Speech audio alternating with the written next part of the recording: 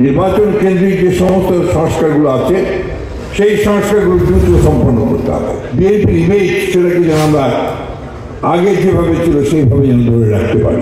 এই সময়টা একটা ইন্টারিম গভর্নমেন্ট চ্যালেঞ্জ কিন্তু আপনাদের সামনে, কারণ সামনের দিকে যে সরকার আসছে সে সরকার আপনাদেরকে তৈরি করতে হবে। সেই সরকার জাতীয়তাবাদের তারেক রহমানের নেতৃত্বের সরকার তৈরি হবে। সেইখানে আমরা যেন সর্বক্ষেত্রে, বিশেষ করে প্রযুক্তির ক্ষেত্রে আমরা যেন সবচেয়ে বড় ভূমিকা রাখতে পারি, অবদান রাখতে পারি এবং নেতৃত্ব দিতে পারি, সেভাবে নিজেকে তৈরি করতে হবে। আর কত কঠিন সময় পার করছি আমরা। এই সময়টা একটু সতর্কতার সঙ্গে আমাদেরকে অতিক্রম করতে হবে। আমাদের বিএনপিকে নেতৃত্ব দিতে হবে এবং সাফল্য অর্জন করতে হবে।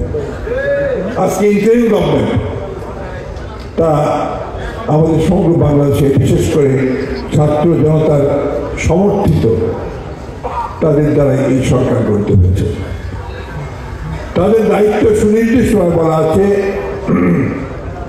তারা কি ইন্টারিম গভর্নমেন্ট, অর্থাৎ একটা নির্বাচনের মাধ্যমে সরকার পরিবর্তনের পর্যন্ত তারা এই দায়িত্ব পালন করবে। এবং ছাত্র জনতাই তাদের উপর সেই দায়িত্ব অর্পণ করেছে যে তারা কতগুলো মৌলিক বিষয়ে যে সমস্যাগুলো আছে সেই সমস্যাগুলোকে দূর করে সংস্কার সাধন করে একটা উপযুক্ত সুষ্ঠু নির্বাচনের পরিবেশ তৈরি করে দেবেন।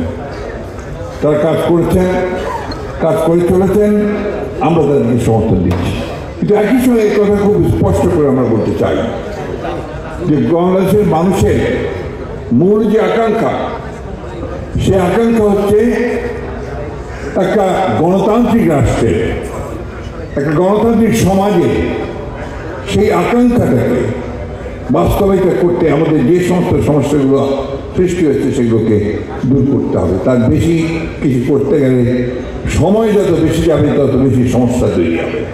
আমি কথাটা স্পষ্ট করে বলতে চাই, নির্বাচন কেন্দ্রিক যে সমস্ত সংস্কারগুলো আছে সেই সংস্কারগুলো দ্রুত সম্পন্ন করতে হবে এবং আশা করব যে আমাদের নির্বাচন ব্যবস্থা, আমাদের প্রশাসন, নির্বাচন কেন্দ্রিক প্রশাসন, আইন শৃঙ্খলার ব্যবস্থা, বিচার ব্যবস্থা, এইগুলোর সংস্কারগুলো করেই আমাদেরকে অতি দ্রুত আমাদের নির্বাচনে যাওয়াটাই হবে এই দেশের মানুষের জন্য সবচেয়ে কল্যাণ।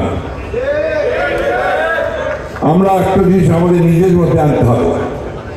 আমরা মানুষের সামনে, আমাদের চেয়ারম্যান সাহেব যে কথা বারবার বলছেন, যে আমরা মানুষের সামনে আমাদের যে ইমেজ, বিএনপির ইমেজ, সেটাকে যেন আমরা আগে যেভাবে ছিল সেইভাবে যেন ধরে রাখতে পারি।